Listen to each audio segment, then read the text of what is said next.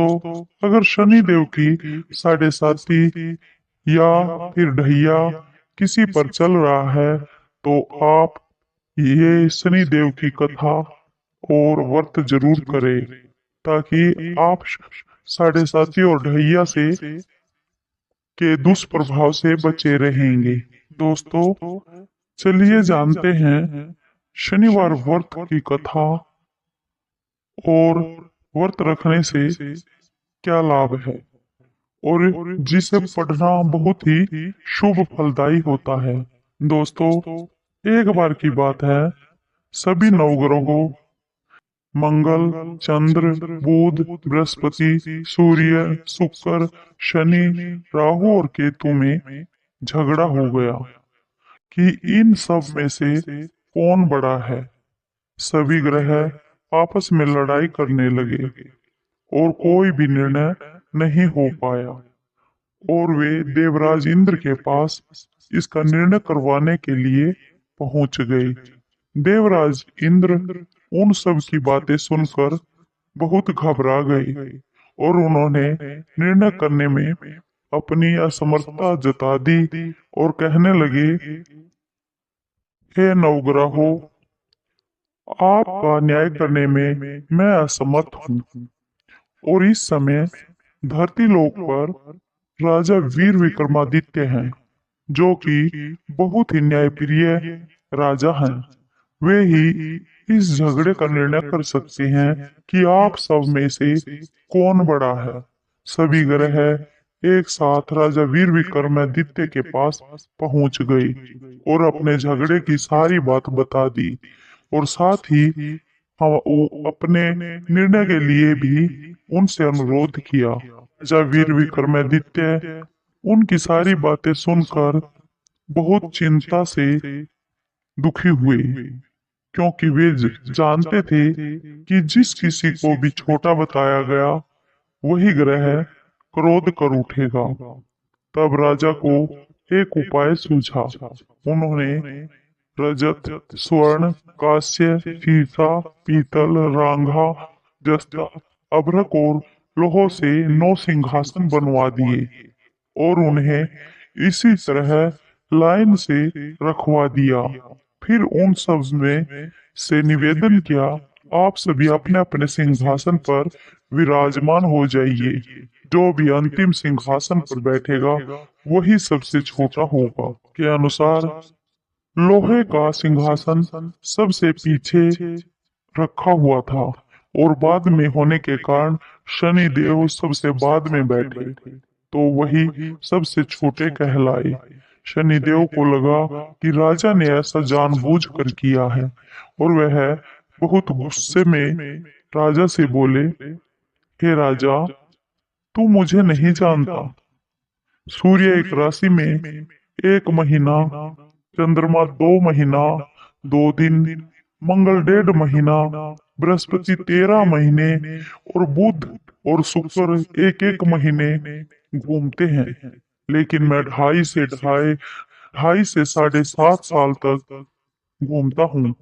बड़े बड़ों ने बड़े बड़ों का मैंने विनाश कर दिया है। श्री राम की साढ़े साथी आई तो उन्हें भी वनवास हो गया। रावण की आई तो उसकी लंका को वानरों की सेना से हारना पड़ा। अब हे राजा वीर विक्रमादित्य, तुम भी सावधान हो जाओ। ऐसा कहकर क्रोधित होते हुए शनिदेव वहां से चले गए। सभी देवता भी खुश होकर वहां से चले गए। कुछ समय बाद राजा की साढ़े साती आ गई। तब शनिदेव घोड़ों के सौदागर बनकर राजा वीर विक्रमादित्य के पास आए। उनके साथ कई बढ़िया घोड़े थे। राजा ने यह समाचार सुनकर अपने अश्वपाल को अच्छे अच्छे घोड़े खरीदने की आज्ञा दे दी। उसने कई अच्छे अच्छे घोड़े खरीदे। वह सबसे उत्तम घोड़े को राजा की सवारी के लिए दे दिया। राजा जो ही उस घोड़े पर बैठा, वह घोड़ा एकदम सरपट वन की ओर भाग गया। भीषण वन में पहुंचकर वह घोड़ा अंतर्ध्यान हो गया। वन में वह राजा बहुत भूखा और प्यासा भटकता रहा। तब एक ग्वाले ने उसे पानी पिला दिया। राजा वीर विक्रमादित्य ने खुश होकर उसे अपनी अंगूठी दे दी। वह अंगूठी लेकर राजा नगर को चल पड़ा। देकर वह अंगूठी राजा उस ग्वाले को देकर नगर को चल पड़ा और वहां अपना नाम उज्जैन निवासी भीका बताया। वहां एक सेठ की दुकान थी। उस सेठ की दुकान में उसने जल पानी पिया और कुछ देर के लिए आराम भी किया।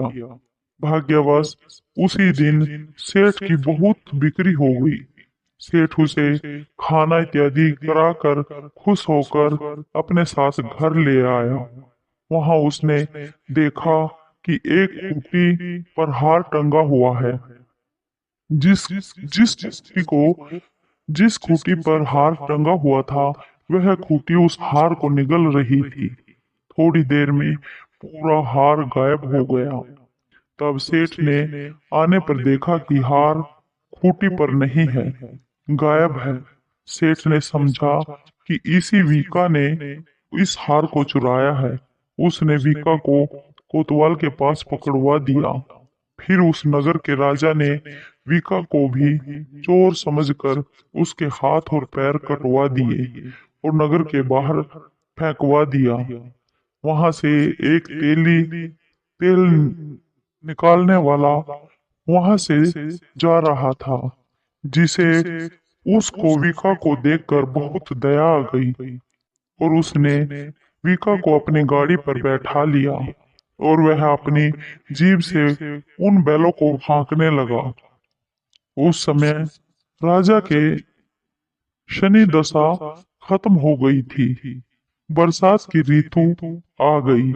वर्षा ऋतु आने पर राजा मल्हार गाने लगा, जो कि वीका नाम से बताया था। राजा जिस नगर में था, वहां की राजकुमारी बहुत ही मनभावनी को उसका गाना इतना पसंद आया कि उसने मन में अपने प्रण ले लिया कि वह विवाह करेगी तो उस राग गाने वाले से ही करेगी। राजकुमारी ने दासी को राग गाने वाले को ढूंढने के लिए अपने पहरेदारों को भेजा और कहा कि ये राग गाने वाला कहीं भी हो, उसे ढूंढ कर लाओ। एक दासी ने बताया कि वह अपाहिज है, परंतु राजकुमारी नहीं मानी। अगले ही दिन से वह उठकर राजकुमारी अनशन पर बैठ गई। बोली कि अगर वह शादी करेगी तो सिर्फ उसी से करेगी, नहीं तो अविवाहित ही मर जाएगी। बहुत समझाने पर भी राजकुमारी मानी नहीं, तो राजा ने उस तेली को बुला लिया और विवाह की तैयारी करने को कहा। फिर उसका विवाह उस राजकुमारी से हो गया। फिर एक दिन राजा वीर विक्रमादित्य जो वीका था, वह सो रहा था और उसे स्वप्न में शनि देव ने दर्शन दिए और कहा, राजन, देखा, तुमने मुझे सबके सामने छोटा बताकर इतना दुख झेला है। तब राजा ने उनसे माफी मांगी और उससे प्रार्थना करते हुए बोला कि हे शनिदेव, जैसा दुख तुमने मुझे दिया है, कभी किसी और को नहीं देना। शनिदेव मान गए और बोले कि जो मेरी व्रत और कथा कहेगा, उसे मेरी दशा में कोई भी दुख नहीं होगा। जो भी व्यक्ति रोज मेरा ध्यान करेगा और चींटियों को आटा डालेगा, उसकी सभी मनोकामनाएं जीवन में पूर्ण होंगी। और शनि देव ने राजा को हाथ पैर वापस कर दिए। वह हुई तो आंख खुली और आंख खुलने पर राजकुमारी ने क्या देखा तो वह बहुत ही हैरान रह गई। वीका ने उसे बताया कि वह उज्जैन का राजा वीर विक्रमादित्य है। सभी लोग बहुत प्रसन्न हो गए और सेठ ने जब यह बात सुनी कि वह राजा के पैरों में गिरकर माफी मांगने लगा। राजा ने कहा कि वह तो शनिदेव का कोप था, इसमें कोई भी किसी का दोष नहीं है। सेठ ने फिर भी आग्रह किया, निवेदन किया कि मुझे शांति तब ही मिलेगी जब आप मेरे घर आकर भोजन प्रसाद ग्रहण करेंगे। सेठ ने अपने घर जाकर नाना प्रकार के व्यंजन भोजन बनाकर राजा को खिलाया, और सबने क्या देखा कि जो खूंटी हार निगल गई थी, वही खूंटी अब उस हार को उगल रही है। सेठ ने अनेक मोहरे देकर राजा का धन्यवाद किया। सेठ ने अपनी कन्या श्री कंवरी से राजा का विवाह करने का निवेदन भी किया। राजा ने इसे सहर्ष मान भी लिया। कुछ समय के बाद राजा अपनी दोनों पटरानियों मनभावनी और श्री कंवरी को सभी उपहार के समेत लेकर उज्जैन नगरी को चल पड़े। वहां राजा के राज्यवासियों ने सीमा पर राजा का और उसकी रानियों का खूब आदर सत्कार किया। सारे नगर में दीपमाला बनाई गई और दिवाली की तरह बहुत ही खुशियां मनाई गई। राजा ने घोषणा की कि मैंने शनिदेव को सबसे छोटा बताया था, जबकि असल में वह शनिदेव सबसे श्रेष्ठ है। तब से सारे राज्य में शनिदेव की पूजा और कथा हर रोज हर शनिवार होने लगी। राजा, सारी प्रजा और खुशी से आनंद के साथ जीवन बिताने लगे। जो भी कोई शनिदेव की इस कथा को सुनता है या फिर पढ़ता है, उसके सभी दुख दूर हो जाते हैं। व्रत के दिन इस कथा को जरूर पढ़ना चाहिए। से आप साढ़े साथी और शनि के ढहिये से मुक्ति पा सकते हैं। उसके